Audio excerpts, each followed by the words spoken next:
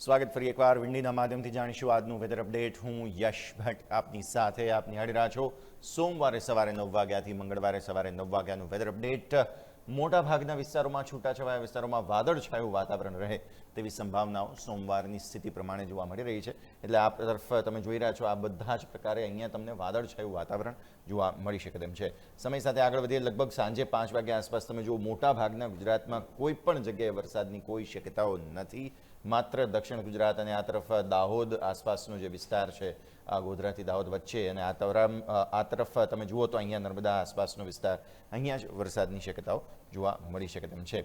પછી આગળ વધીએ સમય સાથે લગભગ મોટાભાગનો વિસ્તાર સ્પષ્ટ છે. આવતીકાલે એટલે કે મંગળવારે સવારે લગભગ 9 વાગ્યા આસપાસ તમે જુઓ તો કોઈ પણ જગ્યાએ કંઈ પણ ખાસ વરસાદની શક્યતાઓ અત્યારે ફિલહાલ નથી. એટલે દર્શક મિત્રો મોટાભાગે સ્પષ્ટ વાતાવરણ રહી શકે. હા, ભેજવાળું વાતાવરણ રહી શકે છે કારણ કે વાદળછાયું વાતાવરણ હોવાને કારણે શું થાય છે કે સ્પષ્ટ જે છે તે સૂર્યના કિરણો નથી આવતા અને યુવી રેઝનું જે અત્યારે ફિલહાલ પ્રમાણ વધારે હોય તો આવી સ્થિતિમાં ભેજવાળું વાતાવરણ રહી શકે છે. પરંતુ ગુજરાતના મોટાભાગના વિસ્તારોમાં વરસાદની કોઈ પણ શક્યતાઓ સોમવારે સવારે 9 વાગ્યાથી લઈને મંગળવારે સવારે 9 વાગ્યાના વેધર અપડેટ પ્રમાણે નથી.